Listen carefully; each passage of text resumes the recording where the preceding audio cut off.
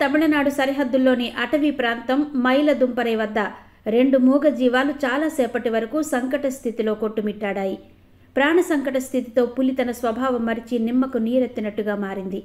ఆదివారం తెల్లవారుజామున ఓ పులి, ఓ కుక్క 9 అడుగుల లోతైన గుంతలో పడ్డాయి. పైకి రాలేక చాలాసేపటి వరకు తల్లడిల్లాయి. అటుగా వెళ్లేవారు ఈ విషయాన్ని వెంటనే అటవీ శాఖ అధికారులకు తెలిపారు. దీనితో వారు అక్కడికి వచ్చి ముందుగా పైనుంచే ఈ జంతువులపై మత్తుమందు స్ప్రే చేశారు. తర్వాత వాటిని అత్యంత జాగ్రత్తగా పైకి తీసుకొచ్చారు. ఘటన గురించి స్థానిక అటవీ శాఖ తెలిపింది. గుంతలో పడి ఉన్న పులి, కుక్క ఫోటోలను విడుదల చేశారు.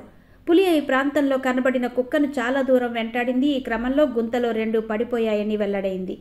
ముందుగా పులిని కదలకుండా చేసి కుక్కను రక్షించి ఆ తర్వాత పులిని కూడా బయటకు తీసుకొచ్చారని అధికారులు వివరించారు. ఈ 2 ఆరోగ్యంగా ఉన్నాయి. అయితే కుక్కపై పులి దాడి చేసి ఉంటుందని, శరీరంపై ఘాట్లు ఉన్నాయని తెలిపారు. కుక్కను చంపి తినేందుకు వేటాడిన పులి గుంతలో తన మీద పడ్డ కుక్కను ఏమీ చేయకుండా వదిలేసింది. పైనుంచి కింద పడడం, లోపల చీకటి, పైగా దానికి కూడా ప్రాణభయం పట్టుకోవడంతోనే ఇది తన స్వీయ రక్షణకు యత్నించింది. పక్కనున్న జీవిని తినేందుకు యత్నించలేదని వెల్లడైంది.